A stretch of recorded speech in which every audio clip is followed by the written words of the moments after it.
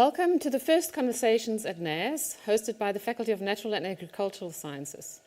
We welcome the Vice-Chancellor, Prof. Tawane Kupe, as well as guests from UP and other universities, from schools, from meteorological offices, other organizations in South Africa, countries in Africa, and beyond. Over the past few decades, disruptive forces have continuously influenced the environment in which universities operate. The COVID-19 pandemic is a recent example. Others are digital transformation, financial crisis, and new forms of knowledge, skills, and competences. Against this backdrop of disruptive forces, universities have to reimagine higher education, as explained in the 2020 position paper by Dr. Omar and Prof. Kupe. A core part of reimagining higher education involves working with society on finding solutions for the global existential crisis of our time. This requires collaborations, and these need conversations. And Conversations at NAS provides the platform for thought leadership and solutions for this. The topic of this first conversation at NAS was selected to celebrate the World Meteorological Day. Since 1961, every year on 23 March, the WMO has celebrated this day. Now, the weather affects each one of us every day. Based on the weather, we decide what we wear, whether we can hang our washing outside or have to use the tumble dryer. However, extraordinary weather events, such as the recent heavy rainfall over a period of weeks in the northern parts of South Africa, affect us not only as individuals, but they can also impact the economy, food security, and therefore the well-being of society at large. So today we want to reflect on how understanding and forecasting the weather helped decision makers to mitigate the negative impacts of this season's extraordinary rainfall. Our topic for tonight is meteorology in support of decision-making. What lessons can be learned from the extraordinary weather events of the recent rainfall season? My name is Serena Kutsia. I'm the head of the Department of Geography, Geoinformatics and Meteorology, and my colleagues from the department will be part of today's conversation. They are joined by the acting CEO of the South African Weather Service and 2 alumni from our department. And at this point, I would like to hand over to the Dean of the Faculty of Natural and Agricultural Sciences, Prof. Barend Erasmus. He will introduce the panelists to you and will lead tonight's conversation about meteorology in support of decision-making. Enjoy. Thank you very much, Serena, for that introduction. Where did Conversations at NAS, or where did that idea come from? My name is Barend Erasmus. I'm the Dean of the Faculty of Natural and Agricultural Sciences. The events this evening is the result of 3 events that basically coincided. First of all is obviously the pandemic. This has affected society in so many different ways that it's almost part and parcel of everyday conversations, no matter where you go, whether it's about mask wearing or the most recent statistics or what the status of the next lockdown is or isn't, or when there might be a change in lockdown. However, tonight we focus on a different aspect of the pandemic, and that is about how science and scientific evidence supports decision-making. What is the link with meteorology? Every night's weather service, weather forecast that you watch is an example of how deep scholarship and meteorological science supports everyday decision-making. And we think that meteorology has much to teach to what we do nowadays when it comes to scientific evidence in support of decision-making for the pandemic. So let's go and learn from people that have been doing it for the last 60-odd years. That's the first event that led to this evening. The second one is 23rd of March, World Meteorological Day, managed by the World Meteorological Office. Now, many of you may not have heard about the WMO at this point, but many of you have probably heard of the WHO, the World Health Organization. And I think that is a really neat analogy to understanding what the World Meteorological Organization does. So what the World Health Organization does for health, the World Meteorological Organization does for meteorology worldwide. The third element of what brought us to this evening is the effect of the pandemic on higher education. In many places, not just in South Africa, but across the entire globe, higher education is rethinking what they should be offering, who they should be partnering with, and what is the core value proposition that higher education offers to not just science, but also broader society. This has led to many discussions at the University of Pretoria, and one of the clear messages that came from these discussions is the need for collaboration, for partnerships, and thinking about who we work with in different ways. And that is what we're trying to accomplish with Conversations at NAS. So this is the inaugural Conversations at NAS platform, and we'll have a couple more this year where we explore current topics where we have particular expertise and obviously where there's particular societal interest.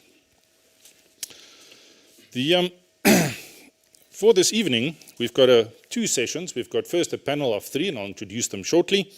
And then we've got a second panel. So if you do have questions for the first panel, please ask them at the end of the first session, since we won't be bringing them back to the panel discussion towards the end of our event this evening. So our panel members, first off, it gives me great pleasure to introduce Nikeli Ndabambi. He's the acting CEO of the South African Weather Service. Our second panelist is Professor Willem Landman. He's a researcher with the Department of Geography, Geoinformatics and Meteorology here at the University of Pretoria, with a specific expertise and interest in seasonal forecasting. And our third panel member for this first session is Mr. Sihle Kunene. He's a UP alumni, but he's also a meteorological product developer working for Africa Weather. Let's get going. Nikeli, how does the South African Weather Service respond to this topic for this evening's discussion? Thank you, Prof, and good evening to the listeners. The South African Weather Service first is established as a government entity in terms of the Act of 2001, which was amended in 2013. It's important, Prof, first I give that a bit of a background, because as per the Act, the South African Weather Service is the single authoritative voice of weather-related warning. And the purpose of that by all the countries or national meteorological services, they are striving to be just like us. Some, they are not there yet. So that when there are warnings, there is no confusion. Hence, our vision will say South African Weather Service is actually developing weather-related solutions for everyone, every day. So that means we need to understand the needs of the users so that whatever is produced is fine-tuned to serve their needs. But that point that it's only the National Meteorological Service that issue weather-related warnings, so that there are no confusions when there are disasters, Prof. Thank you very much, Nikeli. Do you have a sense of, can you give us a sense of the interaction between the South African Weather Service and the World Meteorological Organization? Yes, Prof, there are a lot of interactions. As we speak, we are designated to play a couple of roles by the World Meteorological Organization. Just to start with a recent example where we had a tropical cyclone, Eloise. So South African Weather Service is a regional specialized meteorological center. And then LARI Union is also a regional specialized meteorological center for tropical cyclones. So they track the movement of the cyclone. We predict the impact of that tropical cyclone. When I use the term impact, it's a very new term in the meteorological services. We're no longer now communicating what the weather will be, 50 millimeters of rain in 24 hours. We also communicate what the weather will do. So that means now we need to get the vulnerability levels on the ground so that we can communicate information that is going to assist decision making. But my colleague Elizabeth is going to get into details into that. Thank you very much. Are there any other centers in the Indian Ocean that we work closely with? Because most of our experiences of cyclones is obviously from the Indian Ocean weather systems.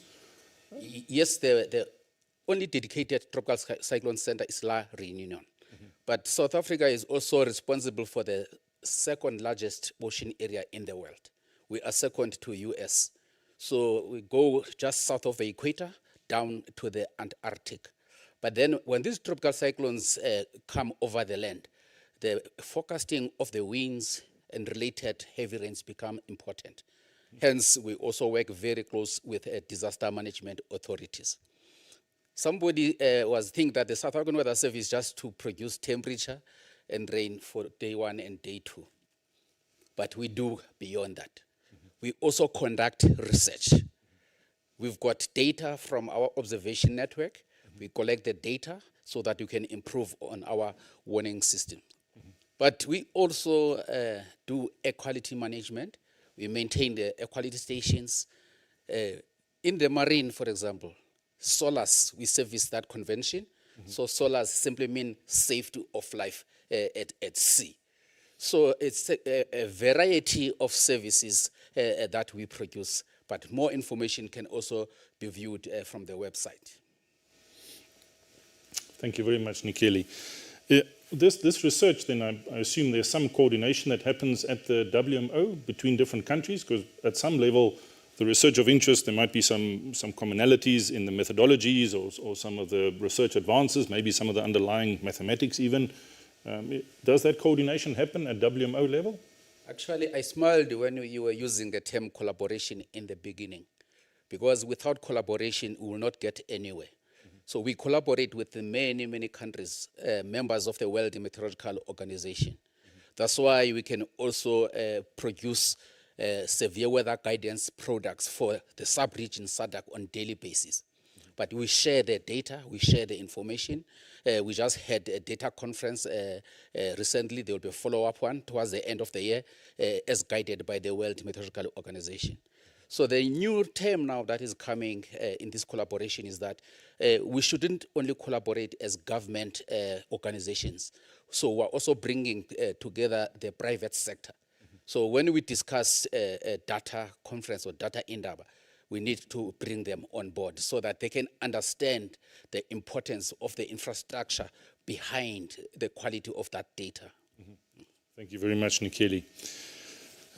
Let's move on to Professor Willem Landman. Willem, what is your take on our topic this evening? Well, it's always nice to be talking to people about our passion, which is, of course, meteorology.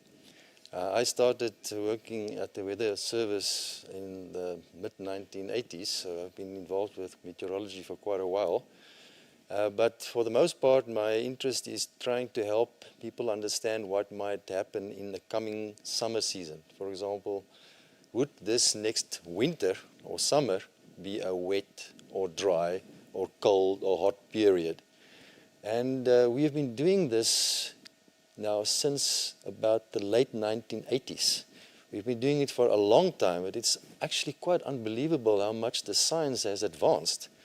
We have strong evidence that the kind of models, for example, these so-called global climate models that we are using, have made forecasts quite useful. And we have seen that when the models improve on their complexity, so for example, if we introduce how El Nino and La Nina events affect global climate patterns, how the soil moisture influence how we make the forecast for the next couple of weeks to months. Once we have established that, we have seen forecasts improving quite significantly. But it seems like we've also reached some sort of a plateau, where we find that we don't see these significant improvements in forecast performance from these models any longer. And at the same time, we realized that even though we have come to a point when forecasts have now reached some sort of a plateau in terms of skill, and that skill is actually quite useful, we seem to have found a drop in the interest from users for these forecasts. So why is that? Why have we found that the forecasts are improving, but there's fewer people who show interest in using these forecasts? And one of the reasons is because as scientists and as modelers have, for the most part, been interested only in making the forecasts better, without trying to have a conversation with those people who would be using these forecasts. What is it that you actually want? What is it that you actually need? I give you a very nice example of what I'm trying to say, is that we have with a PhD student from, he's in Zimbabwean, and this project was about predicting inflows into Lake Kariba. And the project that he proposed was a consequence of the very, very wet La Nina season of 2010-11, where Southern Africa was inundated with rain. It was very wet. And so we thought, let's develop something through my PhD that we can predict this kind of an event. And so he went and talked with the Zambia river authorities, and they gave him lots of data. And he spent 3 years with me. We write a nice thesis, 3 papers, and then afterwards we went back to the Zambia River Authority people, and what did they tell us? We don't need what you've developed, because our operating manual needs to know whether or not there's water coming over Victoria Falls. Now, that determines how much water flows into the river, and that determines our decisions. So as a science community, well, as me and my student, we went about developing a very grand scheme, taking us 3 years, and nobody is using it. And that's something that we should really guard against. Even now with this forecast, or the forecast for this past wet season, the forecasts were actually quite good. A couple of months ahead of the main rainfall season of December through February, by about August, we saw forecasts for a wet season coming. And it's forecasts that we produce at the University of Pretoria, the forecasts from the Weather Service and from other international centers, clear indication we're going towards wet. And yet, it seems like not all farmers responded to that. I wouldn't call it a warning, because then we'd be in trouble, because we're not allowed to. Our forecast was for a wet season coming. And it's not very obvious that lots of farmers actually paid attention to this forecast. It seems like a lot of farmers, and I'm using farmers as an example here with our societal component to this talk, is that they are much more interested to know whether or not this will be drought. But if the strange thing is, from our work, we have determined that when it's a wet season, we are actually much more able to give a useful forecast to a farmer. And this is something I don't think they know. Because, I'm going back to my previous problem that I identified, we haven't had proper conversations yet, where we try to tell the farmers, look at the science, and do you think this can be useful? As opposed to, look what we've done for you, be grateful for the great forecasts we are producing. And I think we are working on changing this entirely. At this university, we are focusing a lot on tailoring forecasts for specific users. We have actually come into contact with quite a few farmers who have been able to give us data from their farms, data from a few generations back, like 60, 70 years of data. So what we do now is we use our fancy models, and we link the forecast from the models to the rainfall time series of those farmers. And so we produce forecasts specific to the farm. And we have a few examples where this is actually starting to pay off, because they feel that they have now become part and parcel of this whole system. It's not just the guys in their white coats who are professors who are telling them what the season might be like. They are actually part of the conversation. And I think this is something that we are going to have to do a lot of work on still, but it's definitely making great progress. And I think that is definitely moving in the right direction. And we are moving in the right direction along with our Weather Service colleagues. We have students from the Weather Service and post-grad students, well, people who have gotten their degrees through us, with whom we collaborate in trying to make seasonal forecasts even more skillful and more useful to users. Thank you very much, Willem. I'm familiar with some of the feedback of your seasonal forecast platform. And I know for a fact there's a number of farmers that really rely on the forecasts that you produce. How would you get the farmers, or for that matter, other potential end users that do not buy into or do not use the forecast that you produce to perhaps do a better job, let's say in 2022, maybe if there's more big rain coming? Well, what we have to tell farmers are very intelligent. Whether they are subsistence or commercial farmers, they know how to farm. So you can't lie to them. And one of the things that we need to do is, and that what we have been doing, is to show them when we are able to make a forecast for them. And for what we can actually make a forecast for. We cannot, for example, be of much use to tell them at this current state of the science when the onset of the season might be. And although they're very interested in onset forecasts, we can't really produce such a forecast. But we can say a lot about what might happen in the middle of the season. And so if you can start this conversation again with them, telling them when the forecasts actually work best, I think that will also help.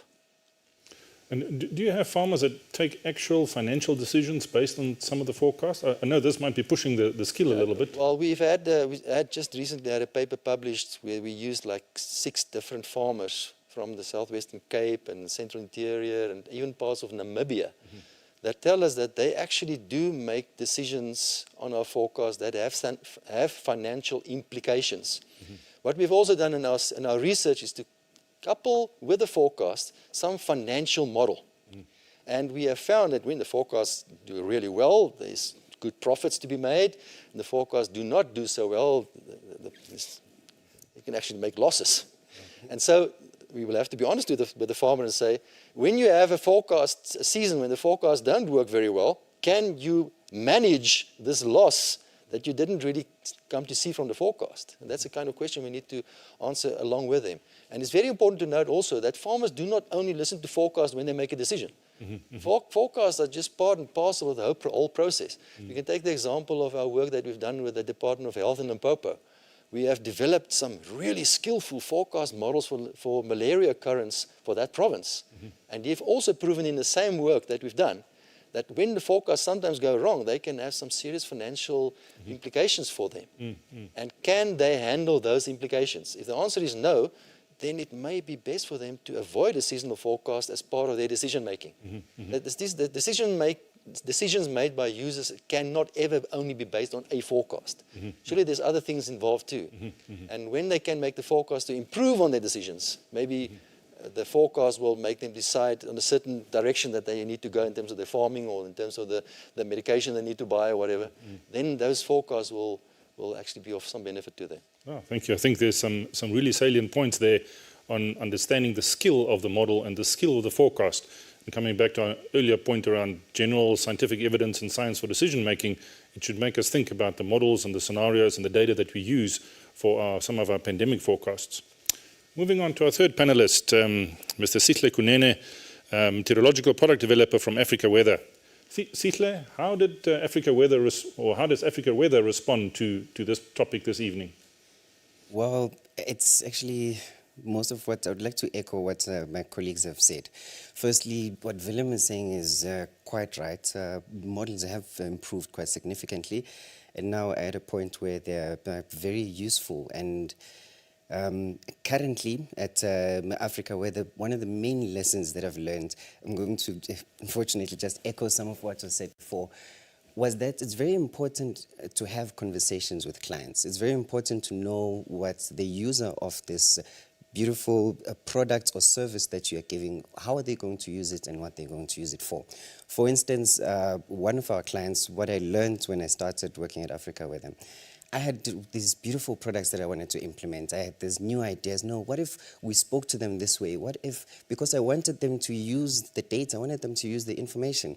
But until it came to such a point when I actually went to the client, I saw them, I met with them, I saw their infrastructure, and then I saw that, okay, maybe our client is not ready for these products that I have. We saw that, I spoke to my bosses and they told me, these are great products, they do work, but the client is not ready for them. And what I mean when I say the client is not ready for them, it took us 2 hours just to get logged into our system, just to get things running. And we just ended up just showing them how it works, and some of the people are using it. But the old way that I found there when I got in, it's working, and it was working. Be it a very simple report, but what I found is that it works, and how Africa Weather has responded to the crisis that we face in this rainfall season was to continue to have conversations, was to not only force reports, but to go and listen and say, okay, on what we've done so far, what are you using, how does it work, and going into them and talking to them. That's what we found out works best in terms of serving the client and giving them the best products that's available. Africa Weather has a number of products, and Willem has touched on some of them, or some of it. The weather is the same, we're all sort of doing the same thing, but when it comes to the service that we're providing, it's basically just temperatures, parameters, and all these things can be forecasted in advance, and the models have improved to such an extent that they're very significant. So at this point in time, we are making sure that the client understands the information we're sending them and they are using it. Oh, and another story that I just remembered now, it actually came from a client with this tropical cyclone Eloise. We have it's a very fancy portal that the clients can go in and see what's happening, but only one client demanded to see he asked us, what happens when there's a tropical cyclone? And then I explained that, okay, just like Nigeli said earlier, we don't forecast tropical cyclone, but La Reunion does, and we don't even name them. I explained that we can forecast the parameters around it, what's going to happen around it, but in terms of the cyclone itself, we were not heavily involved in it. But they just wanted to see the graph, where it's going to go, how it's going to impact, and we included that just for them. But then a few months later, when Eloise hit, I ended up using that product for other clients to just make sure that the message gets across. So basically, the lessons I've learned and what Africa Weather is doing is basically just understanding the client, making sure that the client knows that how this information is going to impact them and how they're going to use it. Thank you, Sihle. In what areas were the differences between what you thought clients needed and what you provided? Where were those differences the biggest? I thought clients wanted to see fancy graphs. I thought they wanted to see things moving. I thought, all the information that we have, I mean, as meteorologists, we can tailor a situation to any type of client. It doesn't matter whether Willem spoke about farmers wanting to know the onset. That's very difficult, but we can try and do something with that in mind. We can try and give them anything that they want, but with certain risk and explanations. This is how it works. This is what you need to take this little bit of pinch of salt. And I thought that clients just wanted information, more data, and which is the main problem that Africa is facing at this point, is compared to the rest of the world, we don't have a lot of observations. But we've found solutions around that. We found models to cover the space. We found other solutions to make sure that the information or the product that we're giving, especially in the 7-day forecast, is quite accurate. And like I said, I thought they would be wanting fancy stuff. I thought they'd be wanting something visual, something more data infused, but they just wanted the simple thing. When is it going to rain? How much? The basics. And that's what Africa Weather does. Having someone there behind the scenes that you can talk to and say, listen, I want A, B, and C. That's what helps most of the time. That's what conversations do. They help us get to know the client better, get to know how to service them in a better way. Yeah, because it's a classic mistake in the natural sciences to think that the complexity and the science is interesting to the end user, whereas there's actually, if you ask a very simple question that needs answering. Yeah, and do you find there's also room for some value add on top of the data and information? So like an expert interpreter for technical data that's being presented, or do you find that the industries that you serve have actually got a high level of internal capacity to interpret the data? At this point, no. The industries have capacity to deal with their own problems when it comes to, they know what to do after the fact, but they still need someone who's going to come in and say, before that happens, this is what you do, this is what is going to happen, and then they plan ahead. So there is room for value add from the meteorologist's perspective.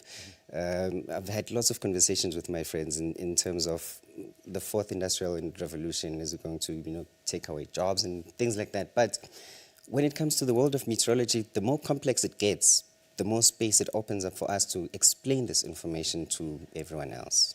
And that's, yeah. Thank you very much, Sihle. I see I've just had a question come in here, and I think I'll give it to the panel, but I'll start with Nikeli. So our neighbors are Mozambique, Zimbabwe, Malawi, are among the world's top 10 nations to be the worst affected by climate change. So if we're their neighbors, what is the role of South African Weather Service in terms of collaboration and coordination to manage the risk involved? Because obviously meteorology and the weather systems don't have any boundaries. Yeah. Actually, we have quite a working relationship with our neighbors. As a regional specialized meteorological center, on daily basis, we produce 5 guidance products for the SADC countries. Like even the role we played during this recent tropical cyclone, we go further and mobilize not only the disaster management authorities, but speak to the Department of Health, the Air Force, suggest a national joint operational center where the plans were put together by different role players.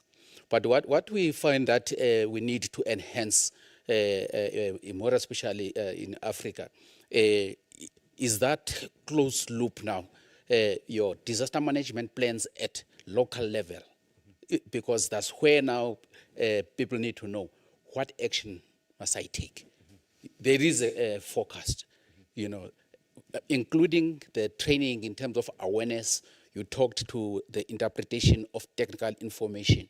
So that's a level now that we need to enhance, because the products are there, but you still find unnecessary mistakes sometimes.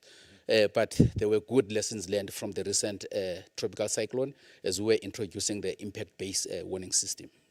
Thank you very much. Last two quick answers from Willem and Sihle. If you have one lesson learned to other users of scientific information for decision making, what would it be? Willem? Well, I think it's very important to have an end-to-end conversation. It must be almost an infinite loop. I have developed very good working relations with a farmer in northern Namibia. And this person sends me footage on what is actually happening on the farm. The flooding that they've recently experienced, how much it has rained. This person has also even started to talk to me about some indigenous knowledge that they use in trying to plan for the season.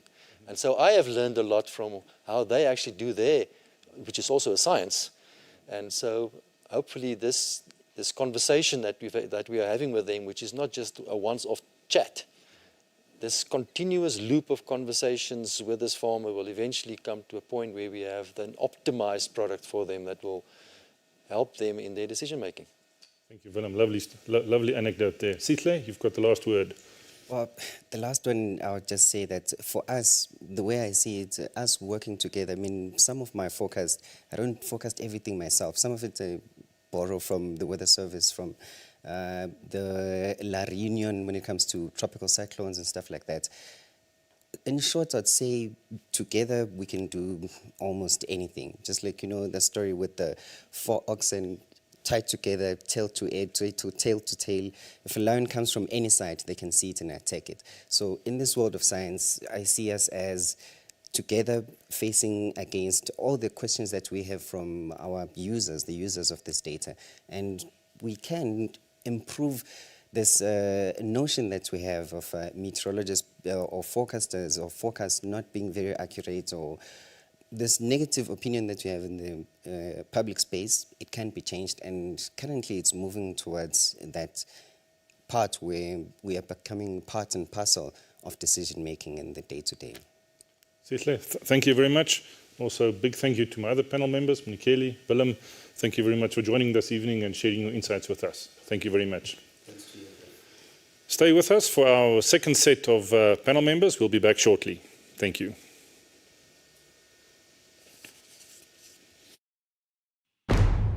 We're living in the information age with all of the answers. What would your response be on the following? Why is there more matter than antimatter? What is consciousness? Why do living things age? What will the total impact of climate change be on world agriculture? It may be a while before we've cracked those conundrums, but what if we could solve some even more immediate problems, such as achieving food and water security in Africa, making renewable energy affordable for the people of the continent, and eliminating poverty-related diseases? The Faculty of Natural and Agricultural Sciences at the University of Pretoria strives to answer as yet unanswered questions, meet grand challenges, and achieve sustainable development goals. Research focuses on 4 major fields, covering physical and environmental sciences, biosciences, big data, and agricultural sciences. As a student, you will be mentored by expert scientists while developing your knowledge and skills in state-of-the-art research facilities. And you can access the support you need to excel in a challenging academic environment. 13 departments make up the faculty, ranging from actuarial science to zoology, literally from A to Z, preparing you for a career and the future. An internationally recognized qualification will unlock opportunities across the globe and enable you to tackle the questions, problems, and mysteries of tomorrow. The Faculty of Natural and Agricultural Sciences at UP. maximizing your potential for future impact.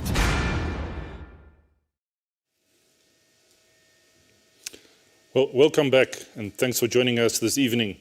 If you missed our first set of panel members, don't despair. We've got 3 more panel members to explore on this topic. And this evening, we're talking about meteorology in support of decision-making, what lessons can be learned from the extraordinary weather events of the recent rainfall season. And what we're trying to explore is not just what we can learn from meteorology itself, but also the long-term history of how scientific outputs support better decision-making to the benefit of society. To help me tackle that question this evening, it gives me great pleasure to introduce you to, first of all, Professor Liesl Dyson. So Liesl is a professor in the Department of Geography, Geoinformatics and Meteorology, and her research focus is in weather forecasting. Our second panel member is Ms. Elizabeth Viljoen. She's a UP alumnus, and she works for the South African Weather Service, and she focuses on impact-based warning systems. And our third panel member for the second session is Dr. Thando Ndagana. He's also a researcher within the Department of Geography, Geoinformatics and Meteorology here at the University of Pretoria, and his research focus is in dynamic meteorology. To kick off, Liesl, what is your take on our topic this evening?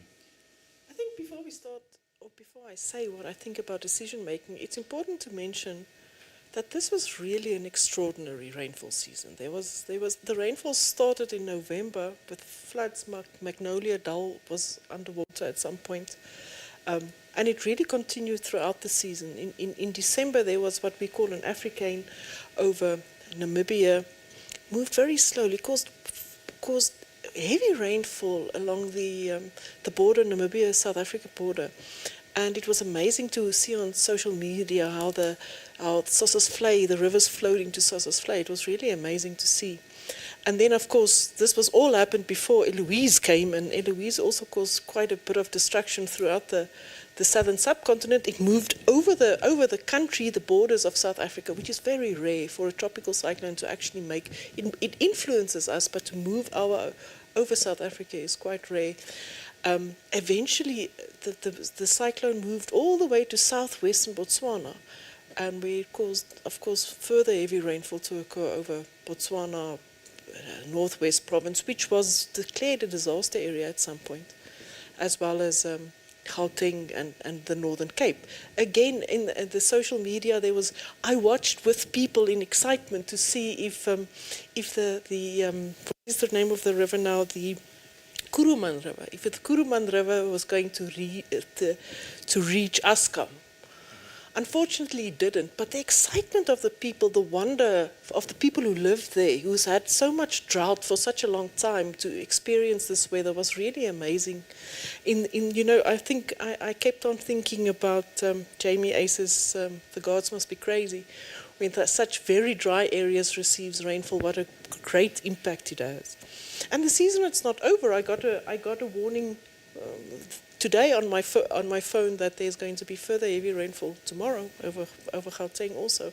And Elizabeth, I think, will talk more about that and the warnings associated with that. I think as far as weather forecasting goes, as far as meteorology goes, weather forecasting and short-term weather forecasting, the forecast for tomorrow and maybe 2-3 days ahead is the bread and butter of meteorology, really. It influences so many decisions on so many levels. Any weather forecaster will tell you, if they worked in an office, that they had to field those questions. Can I do my washing? And that doesn't have a big impact, maybe only a bit of an emotional impact on the person who's watching it. But there's other types of forecasts that really has an impact. For instance, even something like a movie company who needs blue skies to film a certain scene. Will it happen or won't it happen? Because that will cost them money, also in insurance money and that type of thing. Or a farmer who wants to cut his lucerne and it must be dry, or a brick maker. Mm-hmm. So there's a lot of financial implications in the forecast for just a few hours or a day. But of course, the most important decisions are those that changes lives, that saves lives. And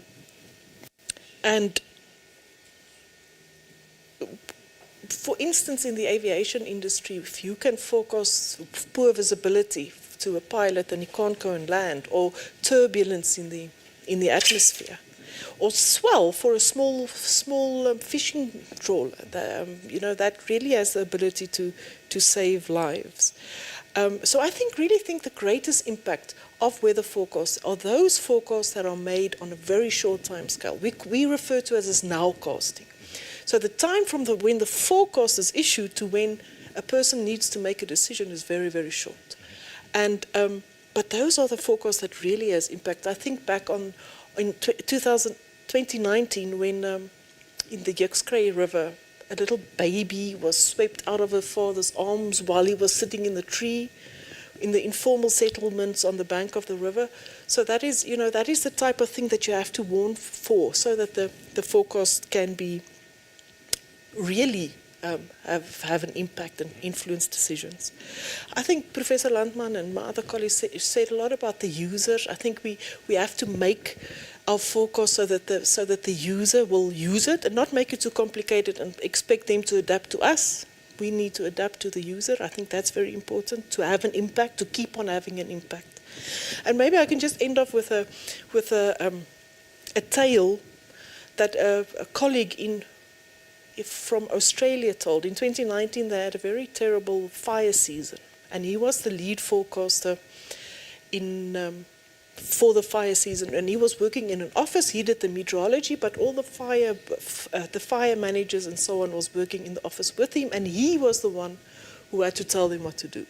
And there was a hospital. It was a small little town, and there was a hospital, and they had to decide whether they're going to vacate the hospital or not. And this is now a big thing, because if you don't vacate and there's a fire, people die. But if you do vacate, then people will also die because they're taking off from their oxygen and whatever other things that they need. So that is a very important, real, impactful way to make a decision, not only by the user, but also for the forecaster to give an expert opinion about what is going on. And I see that as the future of forecasting, that you will do the expert opinion, and not necessarily only the partly cloudy and with warm temperatures kind of thing. Thank you very much, Liesl. You've actually set up my next question to Elizabeth really well around impact. Elizabeth, can you tell us a bit more about the South African Weather Service impact-based warning system? Yes, thank you so much for this opportunity. First and foremost, I would like to start off by saying that we cannot stop a severe weather event from occurring. And we've seen that recently with Tropical Cyclone Eloise. We would have loved to have stopped it from making landfall, but we're not capable of doing that. But what we can do, however, is prepare for that hazardous weather to occur, and thereby taking the necessary actions ahead of time so that we can avoid those impacts from occurring.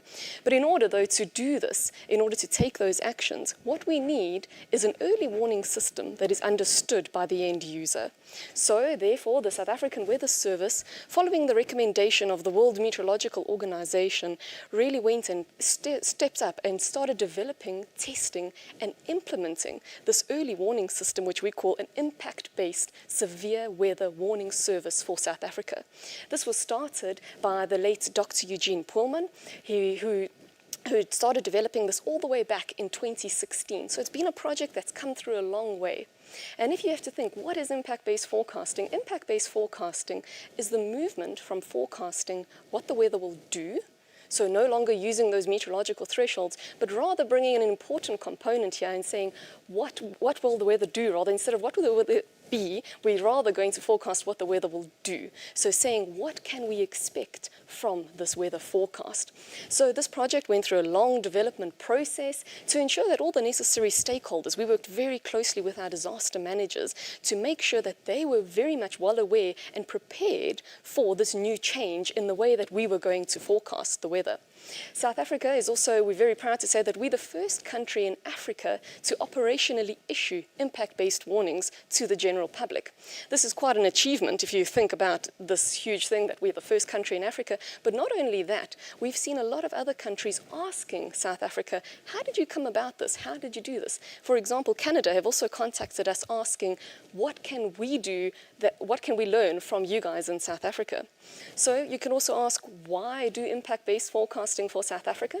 And that really is because South Africa is a country that is climatically diverse. We've got in the western parts parts of the Northern Cape, areas that receive less than 100 millimeters of rainfall in an annum, compared to the eastern parts of the country where we receive over 1,200 millimeters of rainfall per year. So very varying climate just in one country. We've also got a country that has varying vulnerability. Therefore, this shift, moving away from thresholds to rather issuing warnings according to what the weather will do, has really been a logical decision and a logical shift in the way in which we forecast. If I can go to an example, as I said, this process has been quite long. It's been 4 years, and we were testing this through pilot phases with our disaster managers. And right at the start of our pilot, we had the notorious Cape Storm back in 2017. I'm sure you'll remember that. And during this, we issued our warnings, our impact-based warnings, just to our disaster managers. And one of them phoned a colleague and said, "This is working, this new warning system is working." And we said, "How so?" And for the first time, our disaster managers were able to understand our warnings. And thereby actions were taken ahead of time. If you remember, this was the first time that schools were closed because of a severe weather event. And therefore, we would hope that lives were saved as a result of schools closing. So impact-based forecasting, we're moving to forecast what the weather will do, but also a very important component here is that we want to warn in a language and in a way that people understand. We're moving away from the meteorological jargon. We want to avoid using these large scientific words that nobody understands. But we want to have these conversations where people take our warnings and they can understand them and take those necessary actions ahead of time. Thank you very much, Elizabeth.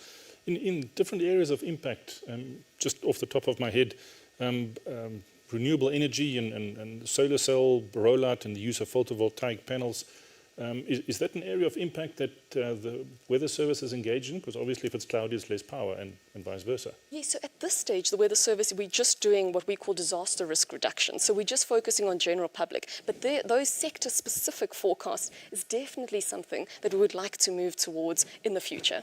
So air quality monitoring would fit into something for the future there. Absolutely. Thank you very much. Thanks, Elizabeth. Thando, how do you respond to our topic this evening?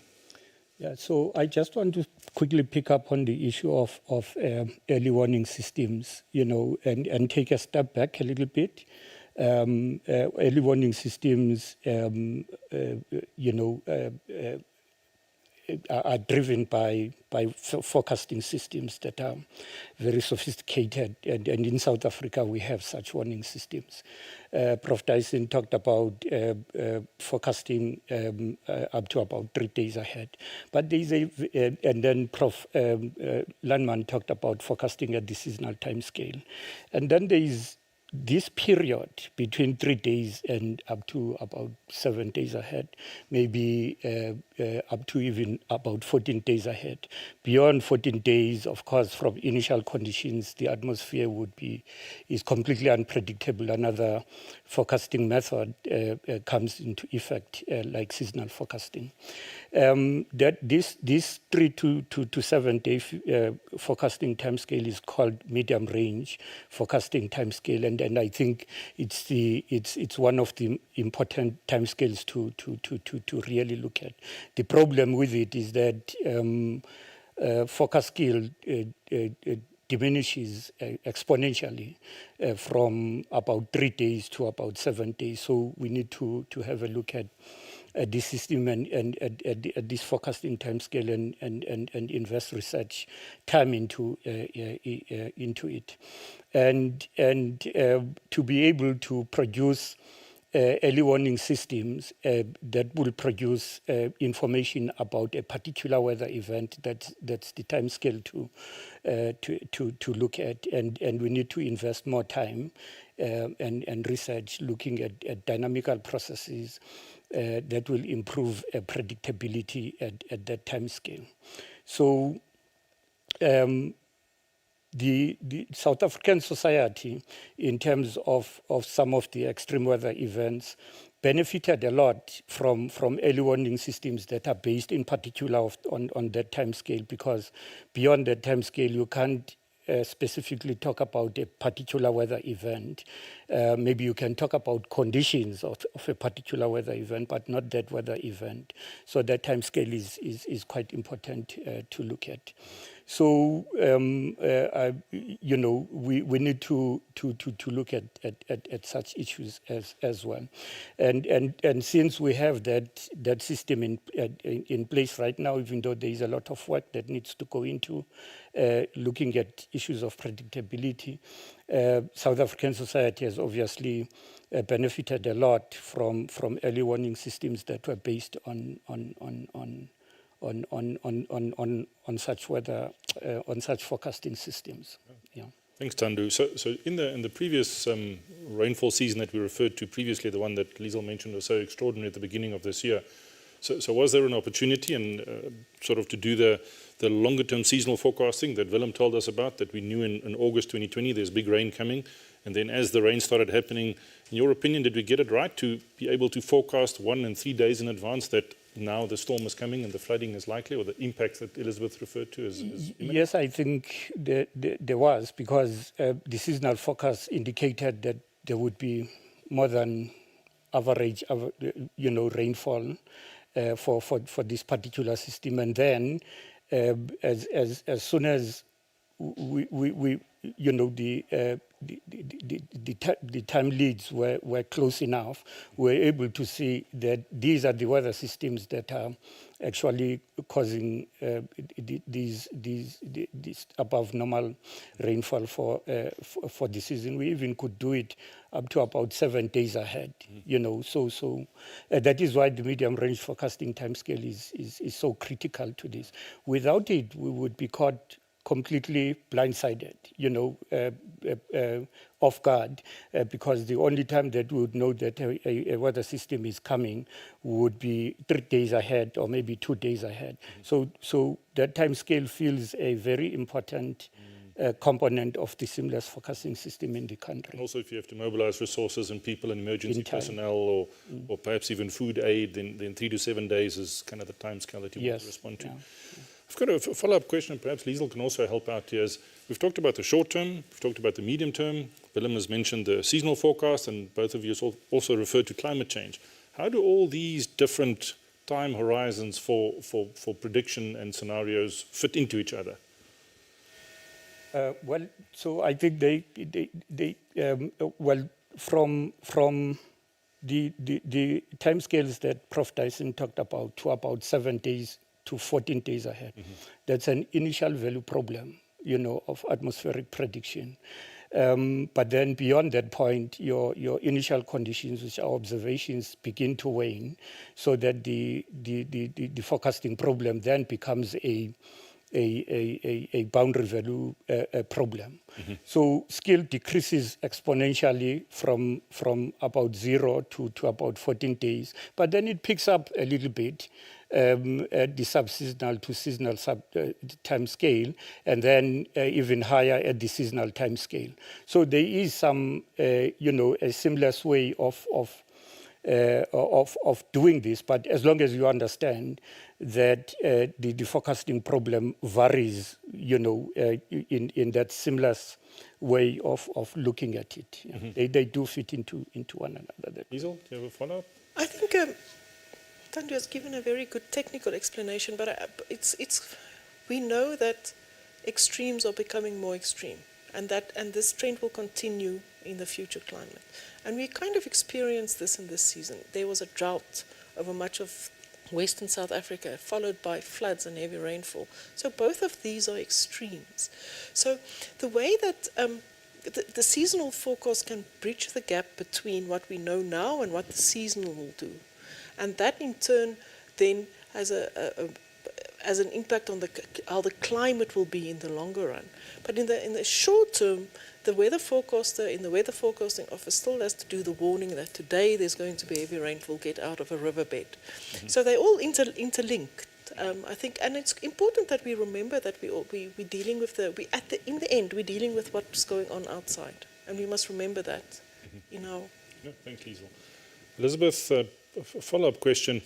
So from one of our viewers, the question comes in. It says there's a difference between impact and likelihood? Because you can have the same event in an area with lots of people and infrastructure and then have a large impact. But if that same event of the same magnitude happens in a non-populated area, the impact is very different, or it might even be a lot lower if you only measure it in terms of infrastructure damage and people. How do you account for that?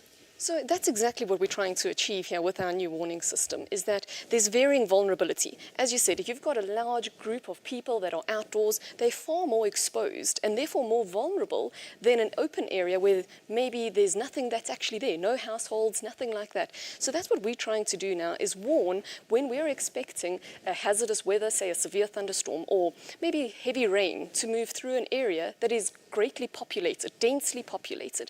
That's going to be a higher impact than an area that is maybe sparsely populated. So therefore a lower impact and therefore a lower warning will be issued for that area compared to a higher densely populated area or more vulnerable area, like people living along a riverbank.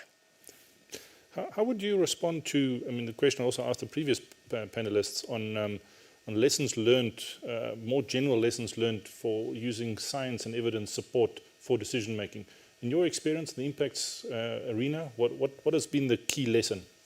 So I think if we can look at this recent event now with Tropical Cyclone Eloise, we really had key lessons coming from there with people now understanding our warning system, the actions were taken. So the way in which we are communicating to our disaster managers, those decision makers, has definitely changed, and therefore the appropriate actions were then taken and put in place. So it's the way in which we scientists are communicating and bringing across what we're expecting to happen, but therefore the actions can then be taken ahead of time.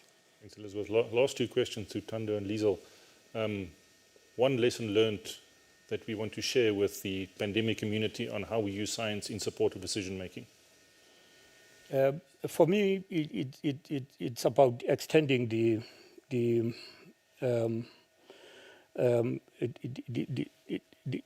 time scale from 7 to 14 days, because then that would give us more lead time in terms of the early warning systems that we have. So we have, I think, that missing a period that needs to be attended to. That would be a bit of a worry if it's not attended to. So more lead time is required for early warning systems to be even more effective. Because then they would give us even more time, we require to implement whatever plans need to be implemented for evacuation purposes and so on. Liesel, your response? Basic scientific investigation is extremely important in decision making, I'd say, and we should be careful of stories.